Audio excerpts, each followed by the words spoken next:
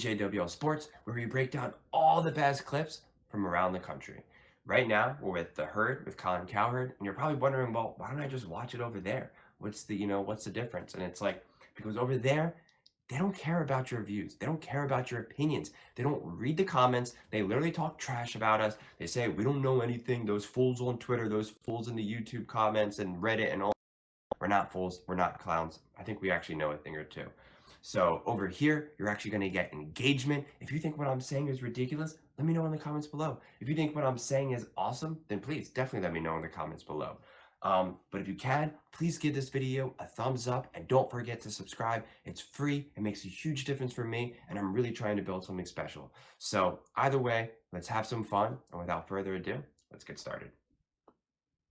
Should not be this good. Let's just state it right here. They should not be this good. Their special teams, poor. Their defense, kids. The secondary is prone to getting beat over the top all the time. What you're watching is one of the great coaches in American pro sports and a remarkable talent at quarterback. Dennis Allen, Ron Rivera, back-to-back weeks, just got worked. You know when you go to the airport during the holidays, if you have TSA pre-check and you get there 2 hours early, it gives you the best chance to succeed. Doesn't mean it won't be hell on earth. When you have McVay and Stafford, Stafford's healthy, McVay's cooking, they hide a lot of flaws. And the Rams have them. Special teams are scary. Secondary, watch out. But they make a lot of stuff work. I love Puka Nacua. Everybody does. But 96 catches? This impactful? You think he's doing this with the Commanders or the Bears? Give me a break. Demarcus Robinson. Guy was a bounce around the league wide receiver. 3 teams, 4 years. He's had touchdowns in 4 straight games. 5th round running back. Kyron Williams. 5th rounder, Notre Dame. He was good. He's a better pro than he was in college. He's second in the NFL in rushing. He's ahead of Christian McCaffrey in rushing. Cooper Kupp's even a 3rd round pick. I mean, it is, I'm not saying it's smoke and mirrors. These guys are talented.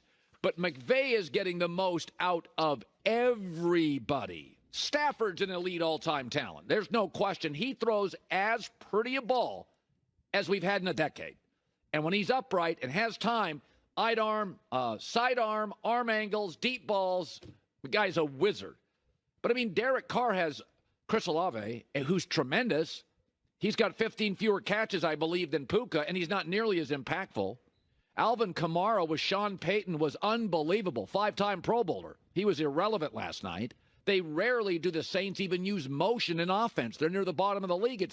They line up, and here's the play. The Rams offense, 2nd in the league in motion. Jumbo sets. They're constantly putting your defense. Saints have a good defense. Defensive coach, constantly in conflict.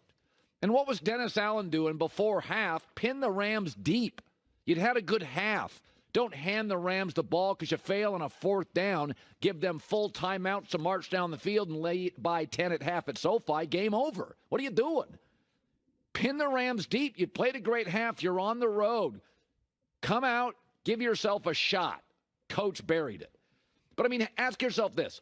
How many teams, and I'm going to use the word love, how many teams in pro football love their head coach and love their quarterback? 3. Andy Reid. Rams, Chiefs, Ravens. That is it.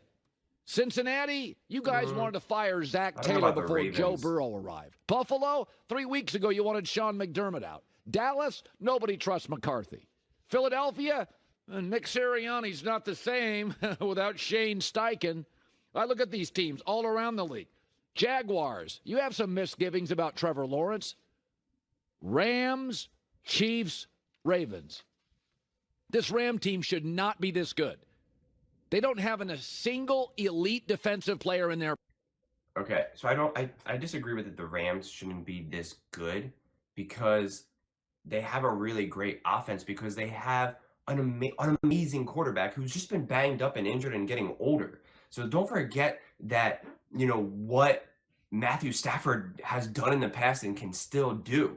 He won a Super Bowl. He is great. I mean, he is not some scrub quarterback over here, not even the slightest. The biggest issue with Matthew Stafford is that he was dying out in Detroit with not good coaching, with not good weapons outside of, obviously, Megatron and stuff like that.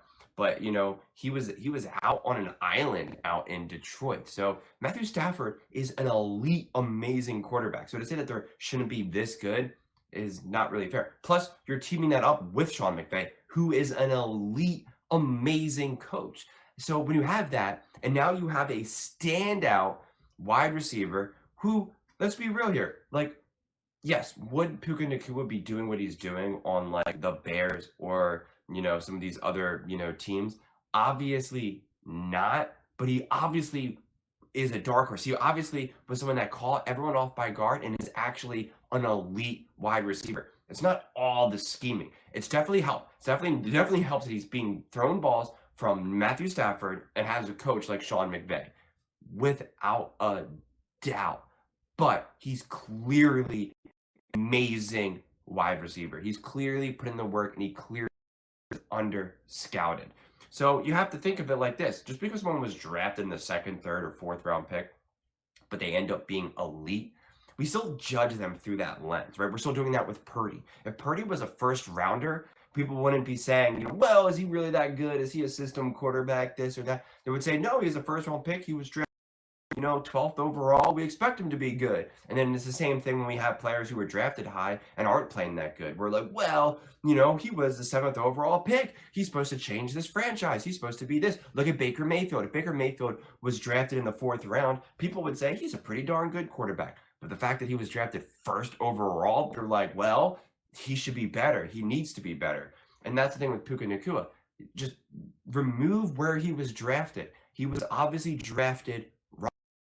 It's not like he was not this great wide receiver, and then Sean McVay has this secret sauce and just turned him into an elite wide receiver. I don't believe in that. I believe that Puka Nacua would have been great no matter where he went because he's obviously putting in the work, but he's obviously getting a major boost of being with Sean McVay and Matthew Stafford and, potentially even learning from, Cup and all of that.